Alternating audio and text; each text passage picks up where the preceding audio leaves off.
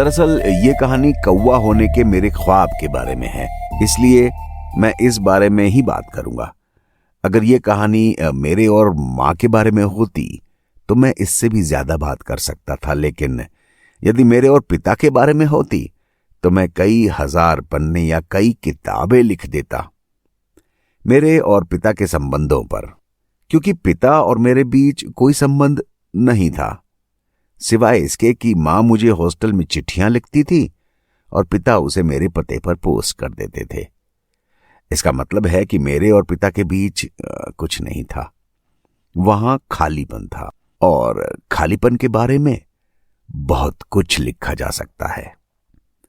खैर, मेरे और पिता के बारे में फिलहाल बताने के लिए इससे ज्यादा कुछ नहीं है। अगर होता भी तो मैं उसे किसी को बताता नहीं। तो मां ने मुझे जहां भेजा था वहां रहते हुए मैं धीमे धीमे उस नए शहर की नई सभ्यता का अभ्यस्त होने लगा। पहले मैं खिड़कियों से बाहर झांकता था, बाद में मैं सड़कों पर से खिड़कियों में ताकने झांकने लगा। इन दिनों मुझे लगने लगा कि मैं किसी कुएं में तब्दील हो गया हूं, किसी अकेले और घोर घुप अंधेरे कुएं में। मुझे लगता कि कोई कितना भी मेरे अंदर चीखे चिल्लाए, कोई आवाज ही नहीं आती थी। फिर मेरी मां की चिट्ठियां भी मिलना बंद हो गईं, इसलिए मैं अपनी आवाज सुनने के लिए उन दिनों किताबें पढ़ने लगा। इससे मेरी आवाज और कम होने लगी। फिर किताबों में मेरी आवाज पूरी तरह से घुट गई। मैं ज्यादा चुप रहने लगा। फिर मैं अपनी आवाज के लिए लड़ने लगा, इसलिए जोर जोर से लिखने लगा, लेकिन मेरी आवाज और दबती गई। फिर मैंने चुप रहना ही सीख लिया। मेरी मां को अब भी डर था कि कहीं मैं कौवा न बन जाऊं, एक बेलिहाज कौवा। नई जगह आकर मैं कुछ थोड़ा बहुत कौवा बन ही गया था। कौवों की तरह मेरी आवाज भी कर्कश है।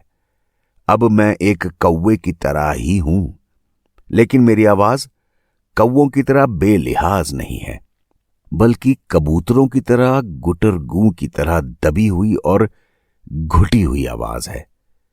मैं कई बार अपनी आवाज सुनने की कोशिश करता हूं, लेकिन पहचान नहीं पाता हूं कि मेरी आवाज क्या है। मैं अब एक कौवा ही हूं। आवाज भी तकरीबन कौवे की तरह ही है, कर्कश। मेरा रंग भी कौवों की तरह काला ही है, लेकिन कहीं कोई छत नजर नहीं आती, न कोई दाना पानी जहां बैठकर मैं अपने पुरखों के लिए उसे चुगूं और उनका पेट भरूं। मैं सोचता हूं जो मर चुके हैं उनका पेट कैसे भरता होगा, कैसे उनकी प्यास बुझती होगी। अब मैं अपने पुरखों का पेट भरने, उनकी प्यास बुझाने के लिए बेलिहाज और कर्कश शब्दों का इस्तेमाल करता हूं। उनके लिए कविताएं लिखता हूं। मैं उन कविताओं में जंगल, घास, फूल, कांटे, तालाब, कुएं और फसलों का इस्तेमाल करता हूं। मैं यकीन करता हूं कि मेरी कविताओं से मेरे पुरखों के पेट भर जाते होंगे, उनकी प्यास बुझ जाती होगी। जो लोग मुझसे पहले मर चुके हैं वे इन कविताओं की आवाज से संतुष्ट और तृप्त हो जाते होंगे।